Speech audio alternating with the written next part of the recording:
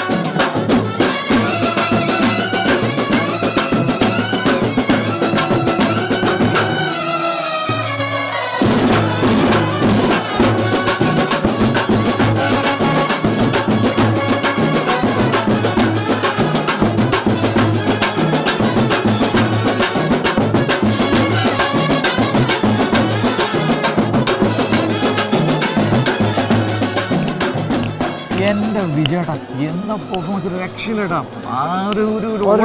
ഒരു രക്ഷയില്ല. ഞാൻ പറഞ്ഞില്ല, ഇവര് ഭയങ്കര സംഭവമാണ്. കാരണം വെച്ച് കഴിഞ്ഞാൽ ഇവരുടെ സോഷ്യൽ മീഡിയ പേജ് എന്നൊക്കെ പറഞ്ഞുണ്ടല്ലോ, മില്യൺസ് ആണ് വ്യൂസും ഷെയറും ലൈക്കും. കൈരളി എന്ന് പറയുന്ന ഗംഭീര ഗ്രൂപ്പാണ്. ആ ചേട്ടനൊക്കെ ഉണ്ടല്ലോ തകർപ്പൻ കക്ഷിയാണ്. ഞാൻ 1-2 തവണ കണ്ടിട്ടുണ്ട്. ആ ചേട്ടനൊക്കെ ഒരു രക്ഷയില്ല. നമുക്ക് റെഡിയാക്കാം. ഇത് കഴിഞ്ഞ ഉടനെ നമ്മൾ ഇവരുമായിട്ടൊരു ചാറ്റ് അങ്ങ് സെറ്റ് ചെയ്യുന്നു. ഗംഭീരമായിരിക്കില്ലേ?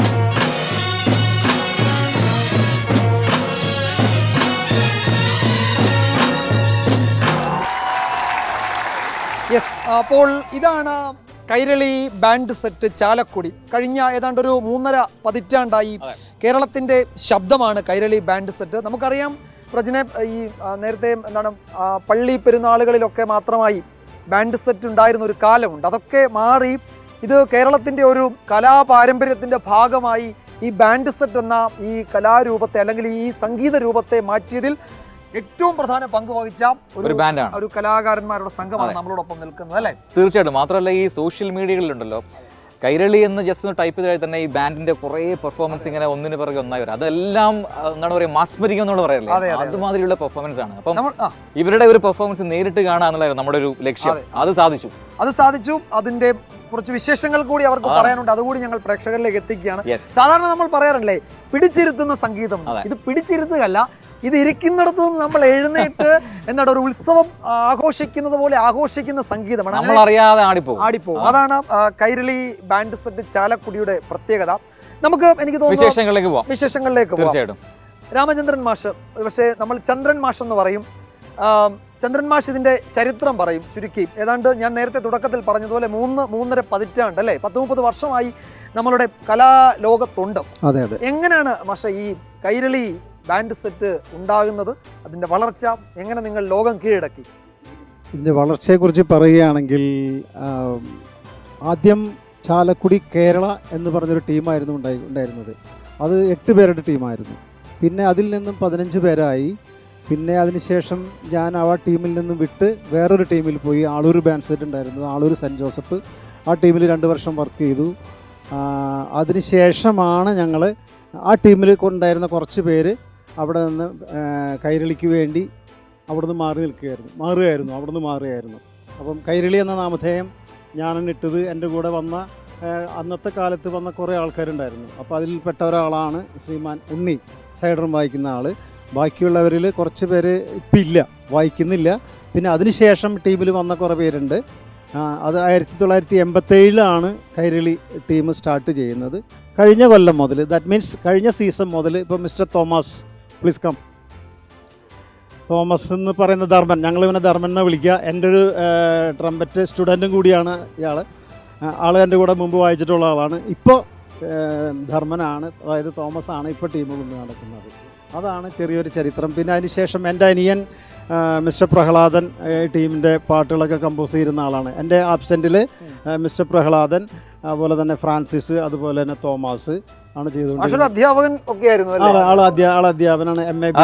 ചേട്ടാ അതിൽ പല പ്രൊഫൈലുള്ള ആൾക്കാരുണ്ട്, അതായത് ആർട്ടിസ്റ്റുകളാണ് ബേസിക്കലി, എങ്കിലും ഇവർക്ക് മറ്റ് പ്രൊഫൈലുണ്ട്, ഒരുപാട് ഉദ്യോഗസ്ഥരുണ്ട് അല്ലേ മാഷേ?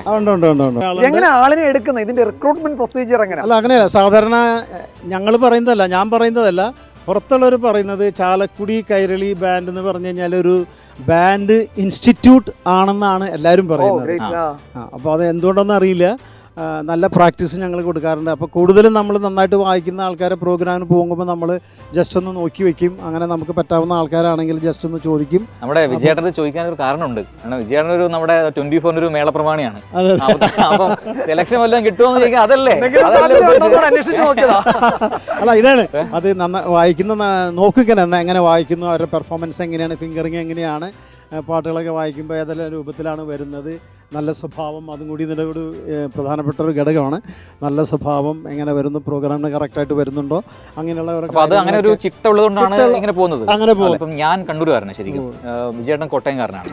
അപ്പം നമ്മുടെ ഇപ്പോൾ കണ്ണൂരൊക്കെ പറഞ്ഞ ഈ പള്ളി പെരുന്നാളിലൊക്കെ നമ്മൾ ഈ ബാൻഡ് സെറ്റ് വായിച്ച് കേട്ടിട്ടുണ്ട്, കണ്ടിട്ടുണ്ട്. അതല്ലാതെ പിന്നീട് ഇങ്ങോട്ട് വന്നപ്പോഴാണ്, ഈ തൃശ്ശൂർ ഭാഗത്തേക്ക് വന്നപ്പോഴത്തേക്കാണ് നമ്മൾ കൂടുതൽ ഇത് കാണുന്നത്. അപ്പം ഇത് എനിക്ക് തോന്നുന്നു ഞാൻ കുറച്ചും കൂടെ വളരെ കീനായിട്ട് ഇത് ഒബ്സർവ് ചെയ്ത് തുടങ്ങിയത് നമ്മുടെ ഈ ആമേൻ പണം വന്നല്ലോ.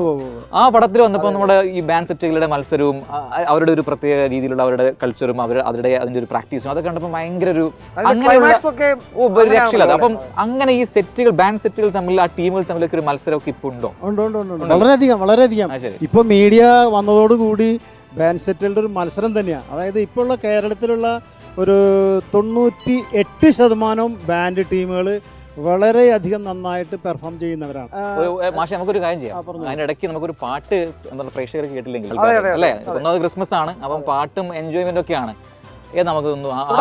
നമ്മൾക്ക് തുടക്കം നമ്മളുടെ ശ്രീരാഗമോ എന്നൊരു സോങ് നമ്മളുടെ പവിത്രം സിനിമയിലെ ശരത് സാറ് കമ്പോസ് ചെയ്ത പാട്ട്. ഈ കർണാടക സംഗീതത്തിന്റെ എല്ലാ ബേസും ബാൻഡ് സെറ്റിൽ പറ്റുമെന്ന് കൂടി തെളിയിക്കാവുന്നതാണ് ഈ പാട്ട്, അല്ലേ? അതെ അതെ അതെ അതെ. അപ്പോൾ നമുക്കത് ആസ്വദിച്ചാലോ? അതെ അതെ, അതൊന്ന് ആസ്വദിക്കാം.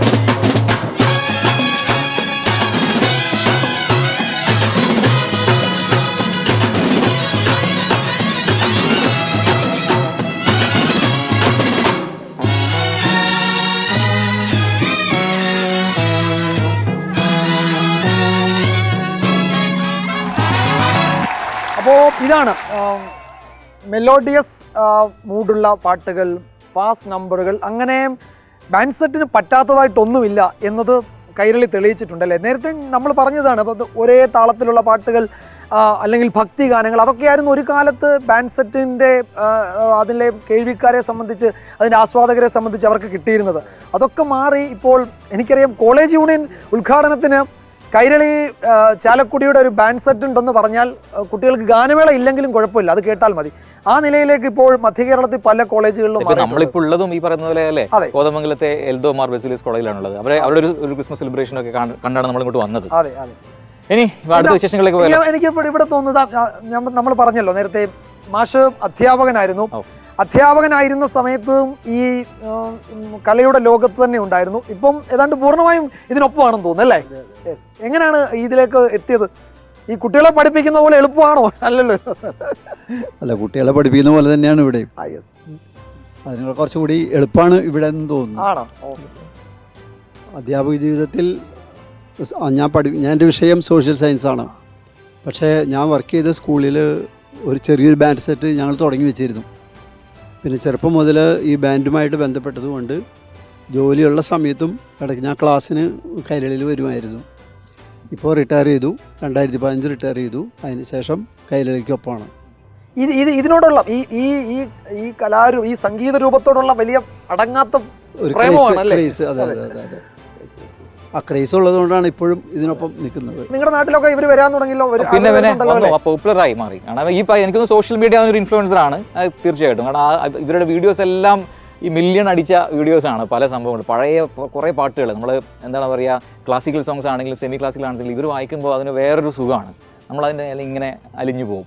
ഈ നമ്മൾ പറയത്തില്ലേ സംഗതികൾ, അതൊക്കെ കൃത്യമാണ്.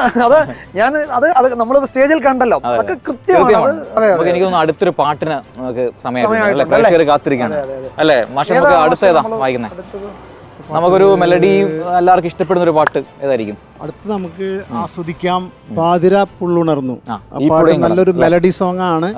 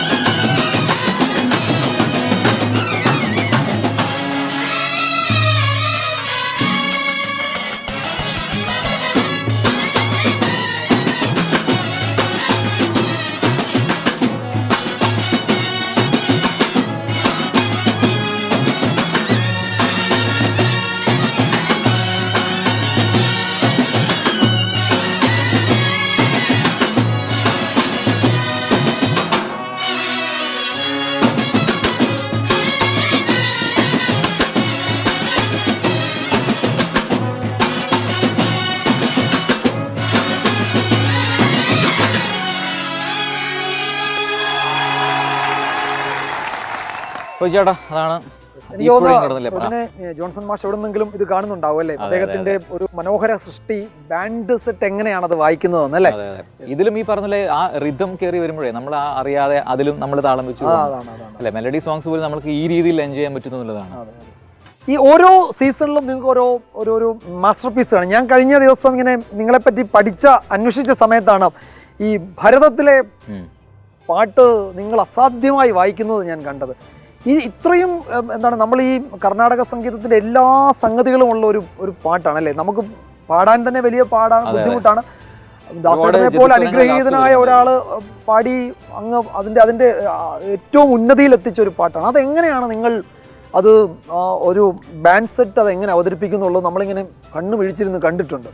അത് എങ്ങനെയാണ് ഓരോ തവണയും ഈ മട്ടിൽ ഓരോന്ന് നിങ്ങൾ തയ്യാറാക്കും അല്ലേ? എങ്ങനെയാണ്? അല്ല പക്ഷേ എനിക്ക് അതിന് അനുബന്ധം ഞാൻ ഒരു കാര്യം ചോദിക്കാം. അതായത് ഈ ഇൻസ്ട്രുമെന്റ്സ് എല്ലാം നമുക്കൊരു വെസ്റ്റേൺ ടച്ചിലെ ഇൻസ്ട്രുമെന്റ്സ് ആണല്ലോ നമ്മളെല്ലാം വായിക്കുന്നത്. അതിൽ ഈ കർണാട്ടിക് അല്ലെങ്കിൽ ക്ലാസിക് മ്യൂസിക് വഴങ്ങുക, അത് ആ രീതിയിലേക്ക് വായിക്കുക, അതൊക്കെ വളരെ ശ്രമകരമായ കാര്യമാണ്. അപ്പോൾ അതിന് എത്ര നാളത്തെ പ്രാക്ടീസ് വന്നിട്ടുണ്ടാവും? അത് ആദ്യം ചെയ്യാന്ന് പറഞ്ഞു കഴിഞ്ഞാൽ പാട്ട് കമ്പോസ് ചെയ്യും. കമ്പോസ് ചെയ്യുക എന്ന് പറഞ്ഞാൽ ഞങ്ങളത് പാട്ട് എടുത്തിട്ട് പാട്ടിന് നൊട്ടേഷനാക്കും. അപ്പോൾ നൊട്ടേഷനാക്കി കഴിഞ്ഞിട്ട് ആ പാട്ട് ഞങ്ങൾ ബാൻഡിൽ ഞങ്ങൾക്ക് ഏത് സ്കെയിലിൽ വായിക്കാൻ പറ്റും എന്ന് ഞങ്ങൾ തന്നെ ആലോചിച്ച് സെലക്ട് ചെയ്യണം. അത് പഠിപ്പിക്കുന്ന ആൾ, മനസ്സിലായില്ലേ? അപ്പോൾ ആ പാട്ടിൻ്റെ പിച്ച് ഞങ്ങൾ സെലക്ട് ചെയ്തിട്ട്, പിച്ച് സെലക്ട് ചെയ്യണമെന്ന് പറയാൻ കാരണം എന്ന് വെച്ച് കഴിഞ്ഞാൽ ബാൻഡിൽ ചില സ്കെയിലുകൾ ഞങ്ങൾക്ക് വായിക്കാൻ പറ്റാത്ത കുറേ സ്കെയിലുകളുണ്ട് ചില പാട്ടുകൾ. അപ്പം ഇതിപ്പോൾ ശുഭബന്ധുരാളി രാഗത്തിലെ പാട്ടാണ്, ഈ രാമകഥ എന്നുള്ളൊരു പാട്ട്. അപ്പോൾ ആ രാഗത്തിലെ നോട്ട്സ് നമ്മൾ ചില ഇതിൽ വായിച്ചു കഴിഞ്ഞാൽ നമുക്ക് വായിക്കാൻ പറ്റില്ല. അപ്പോൾ അത് വായിക്കാൻ പറ്റാവുന്ന ഒരു സ്കെയില് ഞങ്ങൾ ഈ ട്രംപറ്റിലും ക്ലാറനറ്റിലും ഞങ്ങളത് കണ്ടുപിടിക്കുകയാണ്. അപ്പോൾ അതിൽ വായിച്ചു കഴിഞ്ഞാൽ ഈ ആർട്ടിസ്റ്റുകൾക്ക് സുഗമമായിട്ട് വായിക്കാൻ പറ്റുമെന്ന് മനസ്സിലാക്കിക്കൊണ്ട് അതിലേക്ക് അതിനെ ട്രാൻസ്ലേറ്റ് ചെയ്യും. പക്ഷേ അതിൽ അതൊപ്പം തന്നെ അതിനൊരു കൂടുതൽ സുഖം കിട്ടുന്നത് അതിൻ്റെ ഈ കോഡ് പ്രോഗ്രഷൻ കൂടെ നിങ്ങൾ ചെയ്യുന്നുള്ളതാണ്. അതെങ്ങനെയാണ്? കാരണം ഒന്നും കോഡ്സ് ചെയ്യുന്ന ഇൻസ്ട്രുമെന്റ്സ് അല്ല നിങ്ങൾ വായിക്കുന്നത്. അത് ഞാൻ ശരിക്കും അതിലാണ് വീണു പോകുന്നത്. ഈ ട്യൂൺ കേൾക്കുന്നുണ്ട് നമ്മൾ, പക്ഷെ ട്യൂണിന് നമ്മൾ ഒന്നുകൂടെ വളരെ ഒന്ന് കീനായിട്ട് ഒബ്സർവ് ചെയ്താൽ ഇതിന് പുറകെ കോഡ്സ് ഇങ്ങനെ ചെയ്ത് പോകുന്നുണ്ട്. ഒരു പരീക്ഷണമായിരുന്നു. ആ പരീക്ഷണത്തിൽ നിങ്ങൾ 100% ജയിച്ചു. അതാണ് കയ്യടി. അതിന്റെ കാരണം എന്താന്ന് വെച്ച് കഴിഞ്ഞാല് ഇത് കമ്പോസ് ചെയ്യുന്ന ആൾക്കാർ, അപ്പം അറിയുന്ന ആൾക്കാർ ഈ പാട്ടിൻ്റെ ഈ പാട്ടിൻ്റെ രാഗത്തിലാണെന്ന് മനസ്സിലാക്കിയിരിക്കണം, ഈ കോഡ് പ്രോഗ്രഷൻ എങ്ങനെ ചെയ്യണം എന്ന് അറിഞ്ഞിരിക്കണം. എങ്കിൽ മാത്രമേ ഇങ്ങനെയുള്ള കാര്യങ്ങൾ നമുക്ക് ചെയ്യാൻ പറ്റുള്ളൂ. അത് നമ്മൾ ഈ ബാൻഡ് ഇൻസ്ട്രുമെൻറ്റിലേക്ക് എങ്ങനെ കൺവെർട്ട് ചെയ്യും എന്നുകൂടി നമ്മൾ അറിഞ്ഞിരിക്കണം. ഇത് അറിഞ്ഞാൽ മാത്രമാണ്, കാരണം ഇതൊരു പൈപ്പ് സെക്ഷൻ നമുക്ക് നേരത്തെ സാറ് പറഞ്ഞതുപോലെ അതെങ്ങനെ ഇതൊരു യൂട്ടിലൈസ് ചെയ്യുമെന്ന് അറിയുന്ന ഒരാൾ ചെയ്യുമ്പോഴാണ് അതിൻ്റെ ഒരു എന്താ പറഞ്ഞ വലിപ്പം അല്ലെങ്കിൽ അതിൻ്റെ ഒരു എന്താ ആസ്വാദനം നമുക്ക് മനസ്സിലാവും. നമുക്ക് പറഞ്ഞുകൊണ്ടിരുന്ന എനിക്ക് വെയിറ്റ് ചെയ്യാൻ പറ്റുന്നില്ല, എനിക്ക് പെർഫോമൻസ് ഒന്ന് കാണണം. അത് അങ്ങനെയാണ്. അപ്പോൾ നമുക്ക് ആ പാട്ട് ഭരതം സിനിമയിലെ രാമകഥ നമ്മുടെ മറക്കാനാവാത്ത രവീന്ദ്ര മാഷിനെ കൂടെ ഓർത്തിട്ട് നമുക്ക് ആ പാട്ടിലേക്ക് പോകാം. ഞാനൊരു ആഗ്രഹം പറഞ്ഞോട്ടെ, അതിന്റെ കൗണ്ട് ഞാൻ കൊടുത്തോട്ടെ. ഞാൻ കൗണ്ട് കൊടുക്കാം. ഓക്കെ, നമുക്ക് ആ സോങ്ങിലേക്ക് പോകാം. രാമകഥ. 1 2 3 4.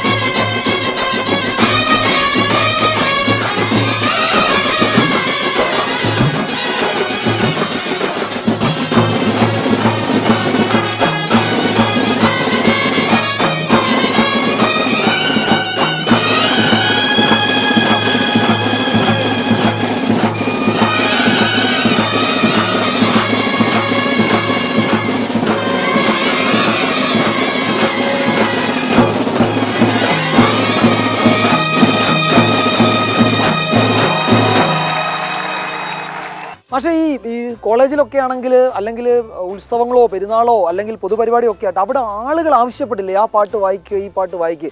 അപ്പോൾ നമ്മൾ ആ വേദിയിൽ തയ്യാറായിരിക്കണം അല്ലേ? അത് അതിന് സജ്ജമാണല്ലേ? സജ്ജാണ്. കാരണം ജനങ്ങള് മുക്കാല വായിക്ക് അതാണ് എന്ന് പറയും. അല്ലെങ്കിൽ അവര് അത് വേണ്ട രാമായണക്കാറ്റ് വായിക്ക് അങ്ങനെ പറയും. അപ്പോൾ ആൾക്കാർ ആ ഇൻട്രസ്റ്റിൽ ഇങ്ങനെ വളരെ ഒച്ചയോട് കൂടിയിട്ട് അവിടുന്ന് ഓഡിയൻസിൻ്റെ അവിടുന്ന് ഇങ്ങനെ ഒരു വലിയൊരു ശബ്ദം കേൾക്കാം, മുക്കാല എന്നും പറഞ്ഞിട്ട്, അല്ലെങ്കിൽ രാമകഥ എന്നും പറഞ്ഞിട്ട്. അപ്പോൾ അങ്ങനെ പറയുമ്പോൾ നമുക്കും ഭയങ്കര ആവേശമാണ് അത് വായിക്കാൻ വേണ്ടിയിട്ട്. അപ്പോൾ അങ്ങനെ പറയുമ്പോൾ നമ്മളത് അവരുടെ ആ ആഗ്രഹം ചെയ്തു കൊടുക്കാനായിട്ട് നമ്മൾ ബാധ്യസ്ഥരാണ്. അപ്പോൾ ഞങ്ങൾ ഒക്കെ റെഡി, ഞങ്ങൾ റെഡിയാണ്. ഞങ്ങൾ ടൈം ഇടുന്നു, വിജയൻ ടൈം ഇടുന്നു, 1 2 3 4 പോട്ട്സ് വീഴുന്നു, സ്റ്റാർട്ട് ചെയ്യുന്നു. മുക്കാല അങ്ങനെയാണ് മുക്കാല അല്ലേ? നമുക്ക് അടിച്ചുപൊളി പാട്ട് അല്ലേ മുക്കാലില്ലേ?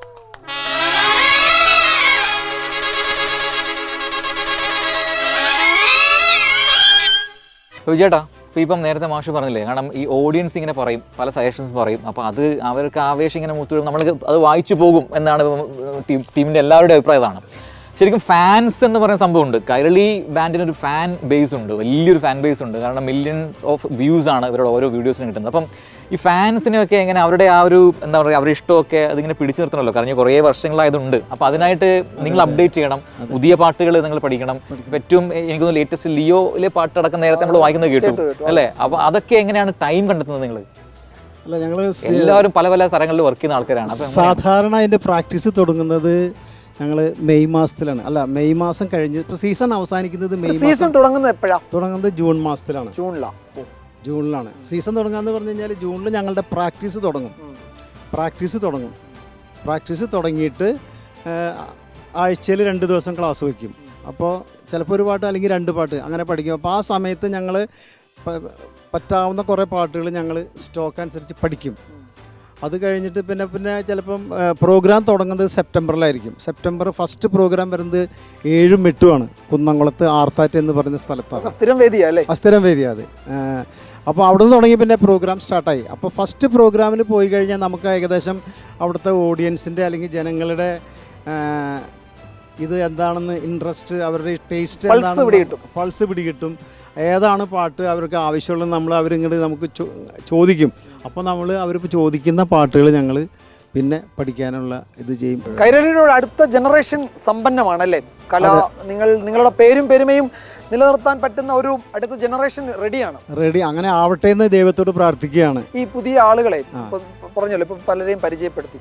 ഈ കുട്ടികൾക്കൊക്കെ ഇതിൽ വലിയ താല്പര്യമുണ്ടോ? ഇല്ല, അതില്ല. ഇപ്പം പുതിയ പിള്ളേർക്ക് താല്പര്യമില്ലാത്തതിന്റെ പ്രധാന കാരണം എന്താണെന്ന് വെച്ച് കഴിഞ്ഞാൽ കേൾക്കാനും കാണാനും ആസ്വദിക്കാനും താല്പര്യമുണ്ട്, പഠിക്കാൻ താല്പര്യമില്ല. അതിന്റെ പ്രശ്നം എന്താണെന്ന് വെച്ച് കഴിഞ്ഞാൽ ഇപ്പൊ ഇതൊരു സിവിൽ ബാൻഡാണ്. അപ്പം ഇതുകൊണ്ടൊരു എന്താ പറയാ, ഒരു പുരോഗമനം ഇല്ല, അധികമില്ല. ഞാൻ പറയട്ടെ, ഈ പറഞ്ഞ ഈ കലോത്സവങ്ങളിൽ മാത്രമായിട്ട് ചെയ്യുന്ന സ്കൂൾ സംഘങ്ങളുണ്ട്. പക്ഷേ അതിൽ മാഷ് പറഞ്ഞ കാര്യം ഉണ്ട്, ഇതുകൊണ്ട് ജീവിക്കാൻ പറ്റില്ല എന്നൊരു പ്രശ്നമാണ് അല്ലേ? അതല്ലേ ചുരുക്കത്തിൽ മാഷ് പറഞ്ഞു. അത്രയും നമുക്ക് വിചാരിക്കുന്ന ഒരു പൈസ നമുക്ക് ഏൺ ചെയ്യാൻ പറ്റില്ല. ജീവിക്കാൻ പറ്റും, ഏൺ ചെയ്യാൻ പറ്റില്ല. പക്ഷേ ഈ പഠിപ്പ് ഇപ്പോൾ പഠിക്കുന്ന ഒരു ക്ലാസിക്കൽ എൻ്റെ ഒരു ബേസിലാണ് പഠിക്കുന്നത്. ഇതൊരു വെസ്റ്റേൺ ആയിട്ട് പഠിക്കുകയാണെങ്കിൽ അതിൽ നിന്ന് അവർക്ക് ഇപ്പോൾ പോലീസിലേക്കോ അല്ലെങ്കിൽ അങ്ങനെയുള്ള അങ്ങനെയിലേക്ക് ഇപ്പോൾ സെലക്ഷൻ കിട്ടാനുള്ള സാധ്യതകൾ ഇപ്പോൾ ഉണ്ട്. അതിപ്പോൾ പുതുതായിട്ട് വരുന്നവർ പഠിക്കുന്നത് വളരെ ചുരുക്കമുള്ളൂ. വെറുതെ 1, 2, 3 പേര് മാത്രമേ ഇപ്പോൾ പഠിക്കുന്നുള്ളൂ. ഒരു സിനിമയില് ഒരു സാധ്യത വന്നാൽ നല്ലതായിരിക്കും അല്ലേ? നന്നായിരിക്കും.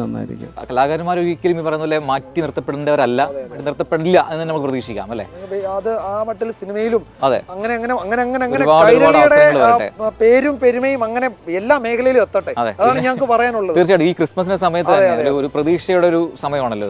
നമുക്ക് ക്രിസ്മസിന്റെ മൂഡ് പിടിച്ച് അടുത്തൊരു പാട്ടിലേക്ക് പോയല്ലോ മാഷേ. ഗബ്രിയേൽ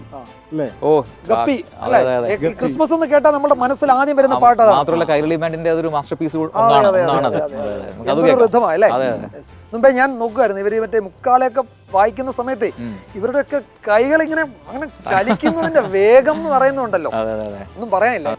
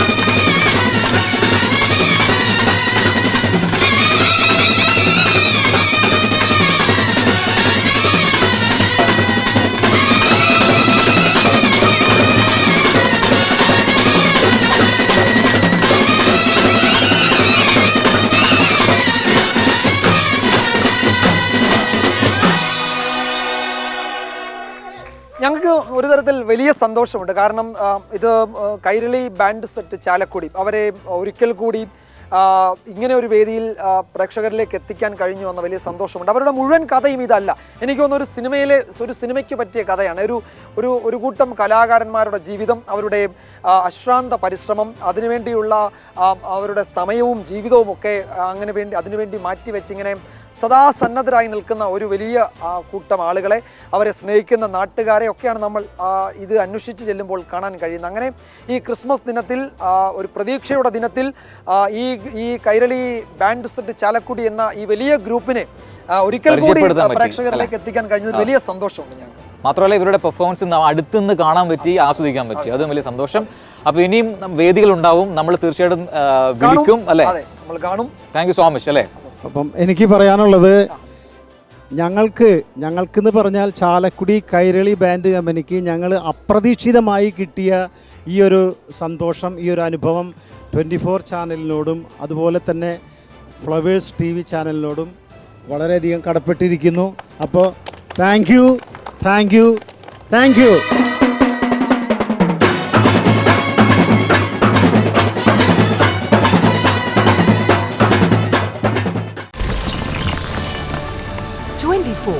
അഞ്ചിന്റെ വജ്രത്തിളക്കം.